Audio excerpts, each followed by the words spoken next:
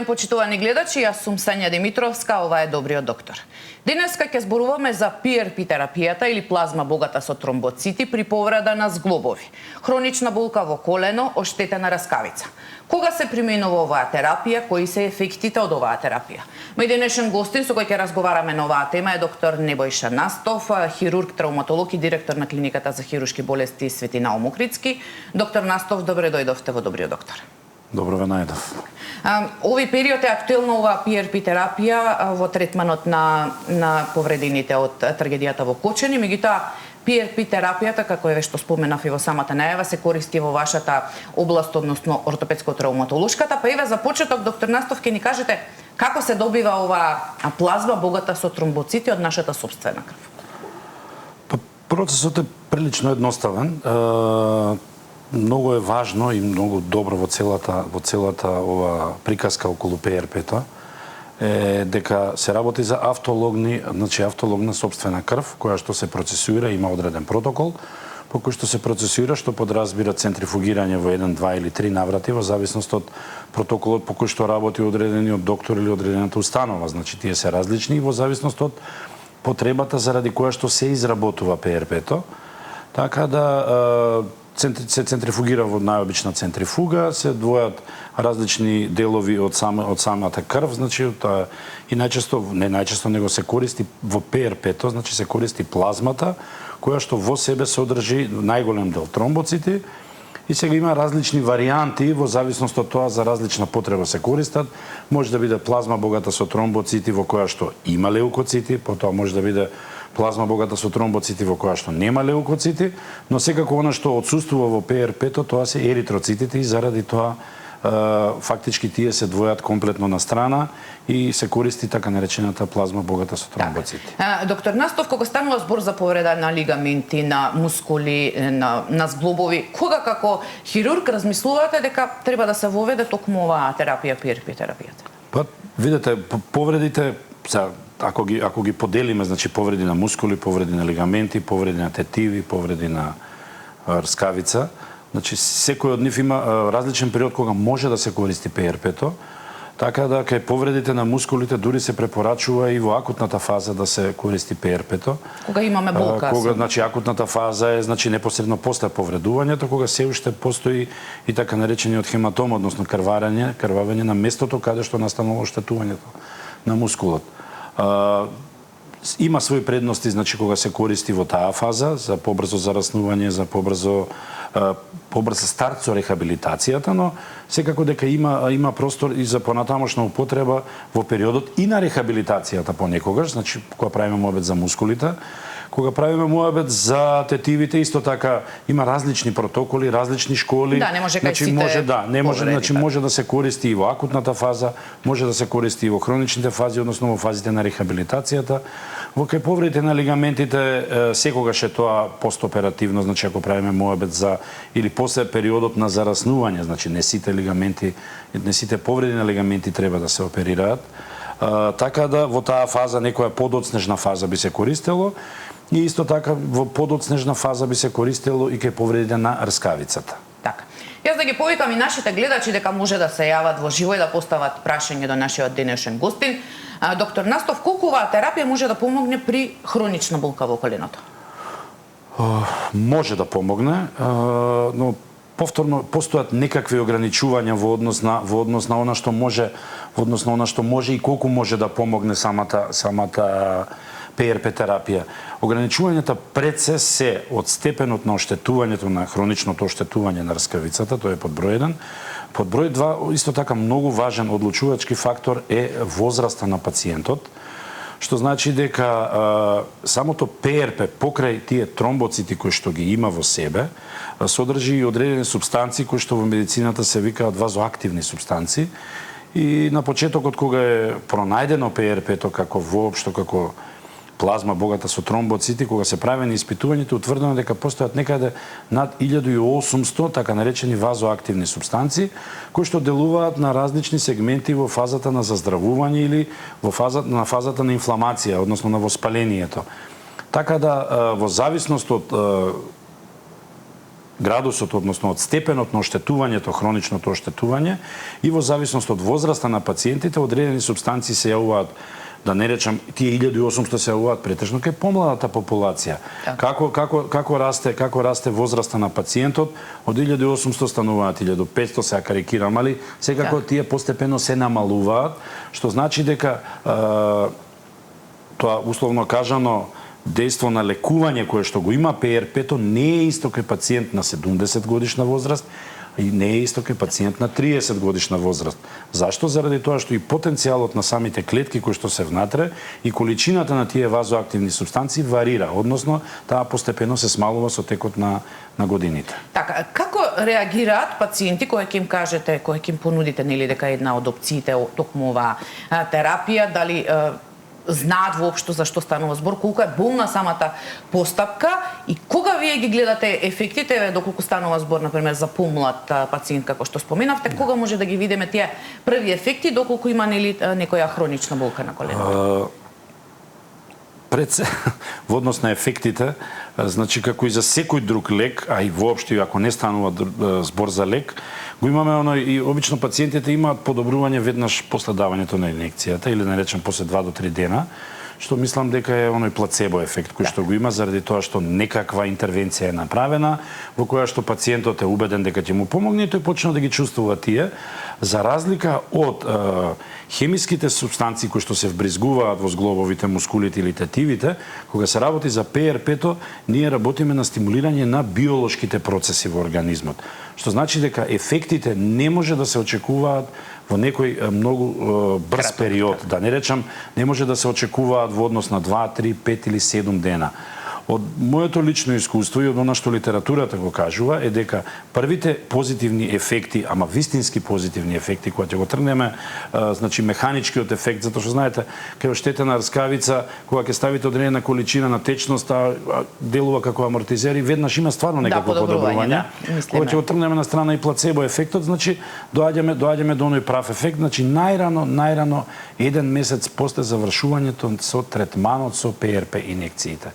Што подразбира дека во зависност повторно од причината заради која што се дава, третманот најчесто се состои од 3 последователни инекции кои што се даваат на по 7 дена, понекогаш и 5, но скоро никогаш не повеќе од 5 инекции, значи во склоп на еден третман, па после 1 месец се очекува ефектот, оној вистинскиот ефект на ПРП-то. Пред да продолжиме, веќе имаме гледачи на линија, повелете во програма сте? Добар ден. Добар ден, повелете. Поздрав до студиото, до вас и до докторот, да поставам едно прашање. Повелете. Јас сум од Прилеп, 58 години и имам проблем со првиот зглоб после ноктот на шаката. Мислам, не само на еден прст, на повеќе прсти, како искривување ми се јавува некој. Добро. Па сега не знам дали е тоа артритис или шо е, дали во тој случај немам направено некој испитување. Дали може докторот да ми каже дали е тоа артритис или нешто друго и дали може во мојот случај да се примени ПРП терапија. Така. И дали може во другиве општини, како што е например Прилеп или мора да е во Скопје. Да, дали си таму практикува. Ви благодарам многу за јавувањето. Дали ПРП може да прават и во болниците во внатрешноста? Јас не гледам некоја причина да не се прави, заради тоа што центрифугите се основна опрема на било која биохемиска лабораторија, така да генерално мислам дека нема причина да не се прави. Тоа е еден од вториот дел од одговорот. Во однос на првиот дел, навистина е тешко да се постави дијагноза телефонски со објаснување, се онака полулаички кажано од она што го слушнавме, значи генерално најверојатно се работи за некој тип на артрит, како што кажа гледачката, но во секој случај треба да се јави кај нејзиниот избран доктор, значи кај матичниот лекар, да ја упати на соодветно ниво, најверојатно дали ортопед или ревматолог, да се направат потребните испитувања. А може исто така и кај артритис да се Генерално кај оние така наречени инфективни артрити не, но кај остеоартритите кои што се без воспалителна компонента, да речеме, без инфективна компонента, пардон, значи таму може да се користи. Да. Еве во секој случај треба да се консултира во болницата, односно во Прилеп, како што кажа гледачката. Имаме гледач, повелете во програма сте. Добар ден. Добар ден, повелете. Може едно прашање до докторот и поздрав за себе и за доктор. Ви благодариме, повелете. Докторе, јас сум оперисана на левата нога на коленото, а имам некои проблеми на ден или сега ме стега некако ногата од горе до доле, до прстите, некој обтегнување, дали некоја тетива, дали некоја жили, нешто. И доле зглобовите на стапалото и тие ме многу болат и осеќам дека ме петка. А за другото колено бе скоро на доктор и ми предлагат пак операција, ама мене ме страда се наханам. А на тој колено јас у пролета падна и го удари. Кога имате правена операција на коленото? Па 8 години 9 више како се направена операција. Каков тип на А операција? каков тип со вградување на вештачки Со лигаменти? протеза. Сега овој другото колено го удри и осеќам болка на тој место дека се го удрила. Дали е рскавицата повредена? Дали може со тоа... Да, PRP-то, да, што го зборуваме. Така, јас ви благодарам многу за јавувањето. Овде веќе имаме интервенција со вештачки зглоб. Значи, PRP-то, ако правиме мојбет дали има некаква медицинска логика да се користи кај што има вештачки зглоб, апсолутно не. Заради тоа што биолошки процес на метал и пластика секако дека не може да делува. Во однос на другото колено, постои како веројатност, пак ќе кажам, но мора да се направат соодветни испитувања, да се види што е, доколку се работи за така наречен фокален дефект кој што е ограничен и кој што не зафаќа голема површина од самиот зглоб, може би има и некаква логика да се користи PRP-то. Доколку работи за генерализирано тенчење на рскавицата, тоа народот што го вика ронење на рскавицата, тогаш веќе нема некоја посебна логика. Не ја прашавме, гледачката рече пред 8-9 години е ставен тој вештачки зглоб, дали можеби треба да направи дополнителна дијагностичко за да се види да не треба... Секако треба да се појави на контрола кај операторот за да се провери состојбата на имплантот и сите тие работи, да се види дали се симптомите од нешто друго или се заради трошење на самата протеза. Така. Имаме гледач, повелете во програма сте? Ало? Да, повелете, ве слушаме. Добар ден. Добар ден. До вас и до докторот. Ви благодариме. И би сакала да прашам. Имам 49 години, испитување имам направено, реуматичен артрит имам. Болки веќе така во колената, во гврдовите, малку појаки. При движење осеќам као некое тропање на коленото. И само интересира дали е потребно колаген и што мисли докторот за колаген да се користи на таа возраст или мислење понатака што да се превземе. Така. Така, јас ви благодарам многу за јавањето. Во секој случај кога се работи, колку што разбрав, за реуматоиден артрит, терапијата е сосема различна. Значи не станува збор за остеоартрит кој што реков е без таква генеза како што се реуматоидните артрити или сите оние во таа група на реуматски заболувања.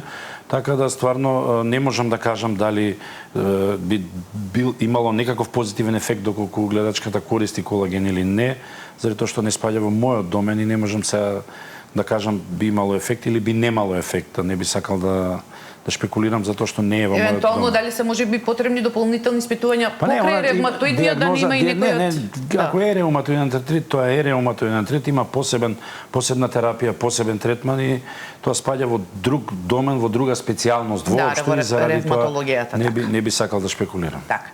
Да вклучиме гледач, повелете во програма сте? Ало? Да, повелете, ве слушаме.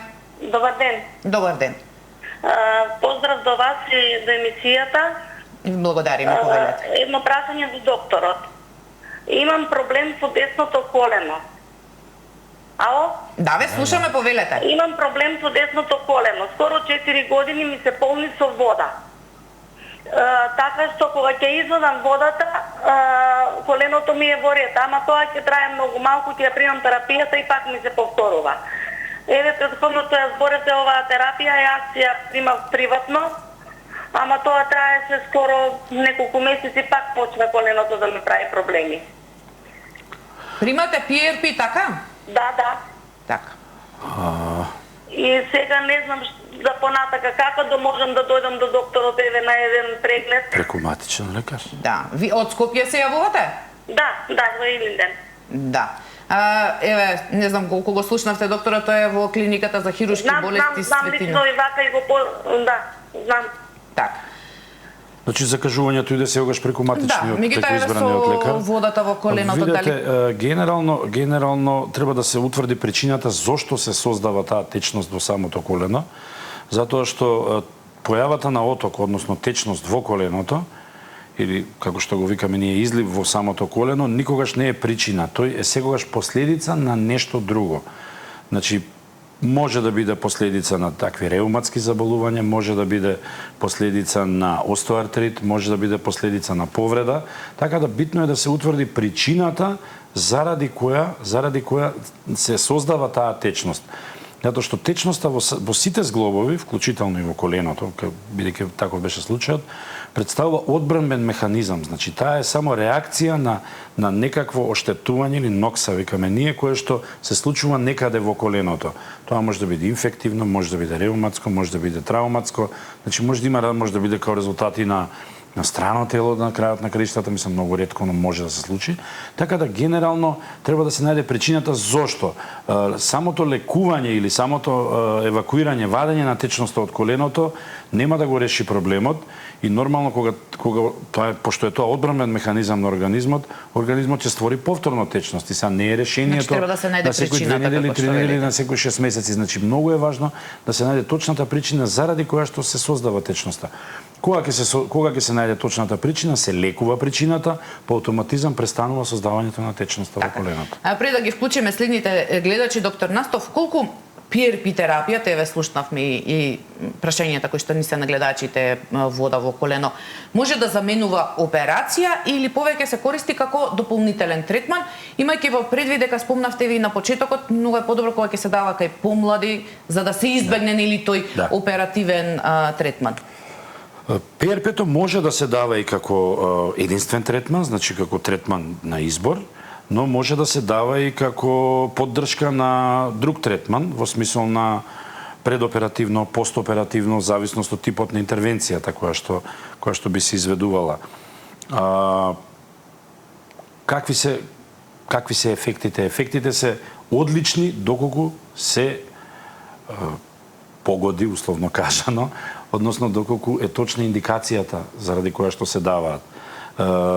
Оно е еден почетен ентузијазам кога е измислено PRP-то, не премојабед во нашата држава, него генерално во светот, беше дека PRP-то е она магично стапче кое што ќе ги излекува сите можни проблеми со локомоторниот апарат, па меѓу другото почна да се користи во дерматовенерологијата на местото на филерите, почна во пластичната хирургија, како што кажавте во воведот. Така да, генерално, од еден огромен ентузијазам дека тоа е магичното стапче кој што ќе ги реши сите проблеми во медицината, се доведовме до после користење од 15 до 20 години до едно разочарување од типот на тоа дека па тоа воопшто не помага. И јас се согласувам дека не помага, но само кога се дава без точна индикација.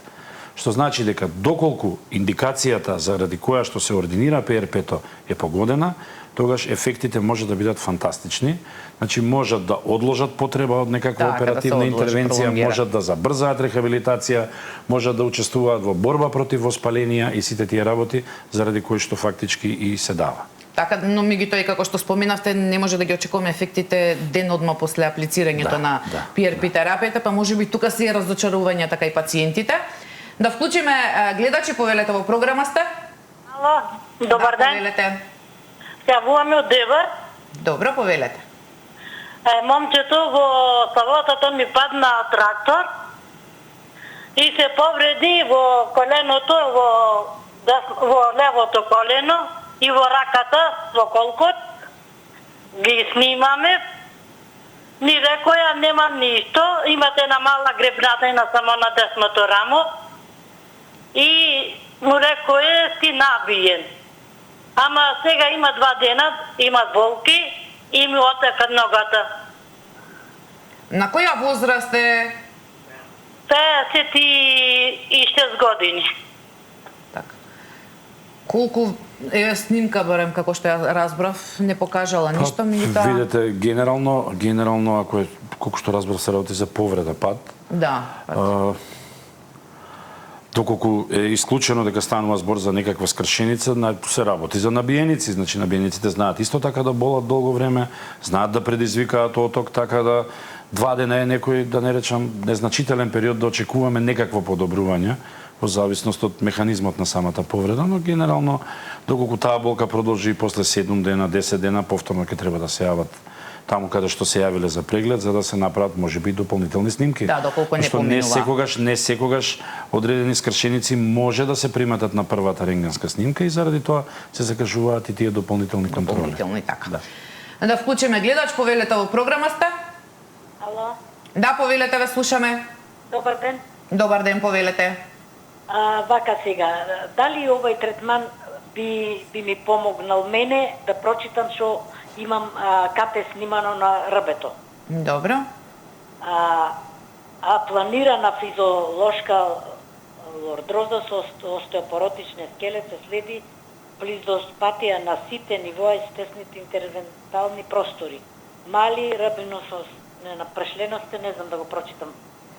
КТ-на во прилог на церебрална спондилоартроза. Проблем имам со раката, не на зглобоите, од рамото до лактото, на мускуло и од лактото до шаката. Така. Остеопороза немам, имам реума фактор имам 3,9. Дали нешто ова ми помогнала оваа терапија? Така. Така, јас ви благодарам за јавувањето. Спондиоартроза, така е. Апсолутно не. Не заради друго, затоа што не сум ни слушнал дека ПРП-то е третман кој што иде со боцкање, значи со инекцијска игла, со шприц, со сите тие работи. Ако спондилоартрозата е на целиот работен столб, тогаш би требало да се боцне минимум 50 пати, што е апсолутно непрактично, мислам, апсолутно не. Но во секој случај со овој наод треба да се јават на неврохирург, па неврохирург да им препорача најверојатно физикална терапија или нешто било што, но во секој случај ова не. Да. Секако спомнавме дека PRP терапијата не е за сите повреди или оштетувања, меѓутоа доктор Настов, еве да се надоврзам или да поврзам со ова PRP терапијата, кога имаме оштетување на раскавицата, кога станува збор за млад пациент, во кој сегмент, односно во кој дел би направиле трансплантација на раскавица со матични клетки, за да не мора да се вметнува нели вештачки лигамент? И колку тоа е достапно кај нас, односно во установата каде што работите? Да, за моја среќа, тоа е достапно во нашата установа и се работи веќе наназад 10 години. Значи, тоа е тип на трансплантација на раскавица во која што се користат наместо хондроцити, значи специјализираните клетки од раскавицата, се користат сопствените, значи автологните матични клетки, при што они претрпуваат одреден процес на процесуирање, значи во одреден апарат, при што настанува нивно концентрирање и после се користат како средина за развој, односно како основа за развој на хондроцити, односно самите клетки од раскавицата. Генерално кажувам за среќа заради тоа што најодговорно тврдам дека од Љубљана надоле единствена болница, единствено место каде што се изведува тој тип на трансплантација на раскавица е Универзитетската клиника за хируршки болести Свети Наум Охридски. И можам да кажам дека со голем успех се спроведува во последните 10 години. Имаме направено преку 30 трансплантации на раскавица и тоа претежно кај млади луѓе, не претежно, него единствено кај млади луѓе. Да. Заради тоа што и самата трансплантација на раскавица со матични клетки има одредени ограничувања во однос на возраста. Затоа што матичните клетки, како што знаеме, значи со текот на старењето на организмот, потенцијалот на матичните клетки се намалува. Така да на светско ниво е одредено дека некаква граница до која што може да се користат за трансплантација, заради тоа што тие сами клетки треба да претрпат процес на така наречена диференцијација. И значи се зема некоја граница од 40 до 42 години, 42 годишна возраст, што одговара на огромен дел од популацијата и тоа претежно, не претежно, него тоа е 99,9% е работоспособна популација, која што со овие процеси се ослободува од можности и потребата за вградување на вештачки зглобови. Да, тоа секако планирам како дополнително да прашам нели кои ни се бенефитите, меѓутоа еве да вклучиме гледач па ќе продолжиме. Повелете во програма сте? Ало, добар ден. Добар ден, повелете. Поздрав до вас и до докторот. Повелете. Имам едно прашање за докторот. Повелете, ве слушаме. Видите, јас боледувам од полиоартроза на двете дланки, имам постојано болки на сите прсти од дланките и се лекувам со хидроксиклорокилмедитоп, но нема некакви резултати. Лековите ги пијам скоро 9 месеци и подобрување нема никакво. Ме интересира за ова ваша метода на лекување и јас сум на возраст од 73 години. Така јас ви благодарам за јавањето. Полиоартроза колку е во вашиот домен, а колку е ревматолог? Не е во мојот домен, повторно спаѓа во делот на ревматологијата, но генерално секогаш кога се работи за мноштво, значи за голем број на зглобови, е апсолутно непрактично секој зглоб да го боцкате вие за да го третирате локално, така да апсолутно сметам дека терапијата што е дадена можеби треба да претрпи некакви модификации, но повторно тоа е на ниво на шпекулација, не би сакал консултација за евентуално ревидирање на терапијата кај ревматолог. Имаме гледач, повелете во програма сте? Добар ден. Добар ден, повелете. Поздрав до вас и до докторот. Се јавам во сопругата, има оток на десното колено, со Бекерова циста позади, негативен ревма фактор, а сепак констатирано дека се работи за ревма. Оставена на доктор на ревмата на 3. Има примено 2 терапии пие, без додатоци, на други елементи. Сега треба да прими уште една, па чисто мислење на докторот, дали ќе биде позитивно реакцијата, негово искуство или што да прави направо. Така, ние веќе, не знам колку не слушате од почеток, ве спомена доктор Настов кога се очекуваат ефектите, меѓутоа, како што споменавте, не е магично стапче. Не е магично стапче, се согласувам. Разбрав дека се работи за повторно за реуматоиден артрит и стварно... Негативен реума фактор. Да, ама повторно диагностицирана како ревматоиден артрит и како така се третирала, така разбрав. Пак ќе кажам, немам искуство со ревматоидните артрити и не можам да кажам, се надевам дека ќе помогне. Две примени еве уште да имаат во секој. Генерално колегата кој што ја ординирал таа терапија, сигурно има многу повеќе искуство него јас во однос на ревматоидниот артрит. Генерално во однос на Бекеровата циста која што ја спомна, повторно и таа спаѓа во она приказка со течноста во колената, значи дека таа е последица затоа што течноста како субстанција инкомпресибилна, што значи дека кога се ствара вишок на течност во зглобот, при газењето, при одењето, таа не може да се компримира, бара свој пат кај да излезе и така се формираат тие цисти. И повторно Бекеровата циста не е причина за ништо, него е само последица на таа течност, кога што течност е последица па на некој друг процес. На нешто друго, да, како што споменав. Да. И да вклучиме уште еден гледач, повелете во програма сте? Повелете, ве слушаме. Ало? Да, повелете во програма сте. Да, јас сум. Намалете го само звукот на телевизорот и повелете, ве слушаме. Одма сега само. Еве, јас сум докторот. Да, повелете.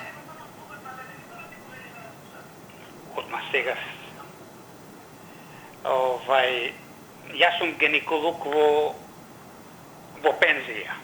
Добро. Пред 3 години имав ужасни болки со едно станување од здраво станување, са балето не може да станам, ужасни болки, испитувања со аналгетици, CRP-то покачени, дидимерите и така натака. Не е важно, појдов до кај Савески, во Систина, се констатира до кај Лиле Лазарова, апсес на десната надколеница. се направи инцизија, се направи интервенција, помина сето тоа, се јавуваат коксартроза. Само сакам да го прашам докторот, колегата, дали нешто ова ПРП-то кој што викате, имат некој ефект на ова коксартроза на левиот колк? Така, јас ви благодарам многу за јавувањето. Па повторно ќе се навратам на што го кажав на почетокот, значи бидејќи колегата во пензија, претпоставам дека е повеќе од 64, 67 во зависност до колку работел. И повторно ќе го повторам она истото дека со напреднатата возраст се намалува ефективноста на ПРП-то. Генерално моje лично мислење и например доколку би се обратил кај мене, јас не би се одлучил за давање на ПРП на таа возраст. Так. И за таа дијагноза. Во секој случај, еве доколку сака да си побараат кај лекарот, кај што одат. Да се навртам на трансплантацијата на раскавица, доктор Настов. Кои пациенти се кандидати освен возраста, што ја споменавме или до 42, кои се кандидати за овој вид интервенција? Кандидати се сите пациенти, значи до таа возраст од прилика 40, 42, 45 годишна возраст, значи кои што има еден друг ограничувачки фактор, а тоа е така наречениот body mass index, значи кои што немаат body mass index поголем од 32, што дава некакво ограничување заради тоа што е проценето со истражување проценето дека сите оние пациенти кои што имаат body mass index поголем од 32, ефектот на самата трансплантација е многу помал него што би бил кај сите оние кои што имаат под 32, да не речем кој што идеално би било да имаат и 25, 21, но генерално ограничувачки фактор меѓу другото е значи и самата телесна тежина. Друг ограничувачки фактор би бил можноста на пациентот да го почитува постоперативниот протокол. Тоа е секогаш заради тоа што кога се работи за трансплантацијата, малце постоперативниот протокол е малце поспецифичен, да, тоа сакав да ве прашам, што после интервенцијава. Кој што не дозволува, например, во зависности од локацијата на трансплантатот, доколку се работи за така наречениот феморотибиален зглоб, значи помеѓу надколеницата и подколеницата, доколку е на оптеретувачки дел, тоа подразбира движење со патерици без оптеретување од минимум 8 недели. Понатаму, во зависност од тоа ако се наоѓа на чашката или на делот од над коленицата, што е под чашката, не дозволува виткање на коленото во тие 6 до 8 недели. Така да генерално има специфична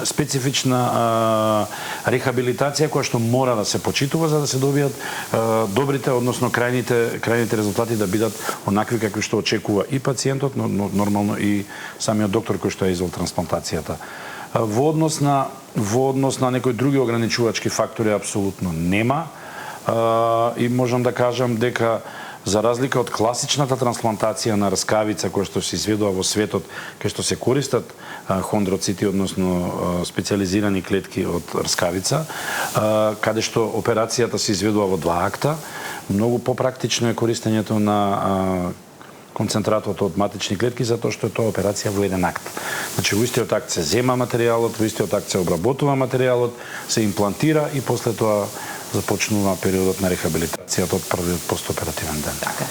Бидејќи се приближуваме кон крајот на емисијата, претпоставам дека на пациенти нели кои што се кандидати за трансплантација на раскавица им ја кажувате можноста дека нели со трансплантација ќе се подобри нивната состојба, меѓутоа претпоставам дека како хирург многу подобро е и за вас па и за пациентот наместо вештачки зглоб на 30 години дека е многу подобро да има трансплантација на раскавици да ги издржи овие 8 недели како што споменавте после интервенција. Апсолутно се согласувам со ова што го кажавте, особено што треба да сватиме дека поставувањето на вештачки зглоб, односно имплантацијата на протеза, представува ампутирање на дел од човековото тело.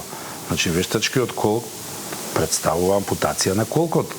Затоа што после таков тип на интервенција нема назад. Значи, секое следно ќе биде некој друг тип можеби на протеза, но не може веќе да се вратиме на она што било со кое што е роден човекот, условно кажано. За разлика од тоа, со трансплантацијата се трудиме да го продолжиме животот на она што си го носиме со себе, значи на сопствениот колк, на сопственото колено, на сопствениот скочен зглоб, да речеме, затоа што трансплантацијата се изведува и на скочниот зглоб. Во Америка се направени неколку трансплантации на раскавица и на колк. Така да, генерално сакам да кажам дека многу е подобро, особено за таа возрастна група, значи до 42 годишна возраст, заради тоа што самите протези кои што се вградуваат имаат свој рок на траење, значи имаат свое трошење нормално и во однос на животниот стил, ако е кај 30 годишен или 25 годишен пациент, доколку се одлучиме на вештачки зглоб било каде, генерално се очекува да тој го условно кажано го потроши за 10 години. За разлика од тоа, животниот стил на еден пациент од 70, 67, 70, 75 години е многу помирен и многу подолго ќе трае самиот имплант. И само за крај, дали после трансплантација на раскавици кој ќе помине тој постоперативен период од 8 недели, исто така се препорачува физикална терапија или нема потреба кај ваквата интервенција? Обавезно, значи физикална терапија, особено заради тоа што пациентите се имобилизирани 8 недели. Значи поентата е да се врати комплетниот опсек на движење во оперираниот зглоб.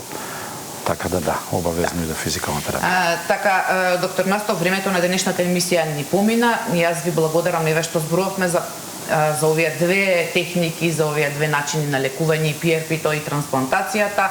Можеби нека и сите повреди, меѓутоа еве како опции кои што им стојат на пациентите и при повреди, и при оштетена раскавица, дека решенија има, меѓутоа секако треба навреме да се обратат и да побараат лекарска помош. Ви благодарам што бевте мој денешен гост. Благодарам на поканата. Почитувани гледачи, овде е крајот на денешното издание на Добриот доктор. Се гледаме повторно утре во истото време. Имајте убав ден, чувајте го вашето здравје и гледајте Сител. Довидување.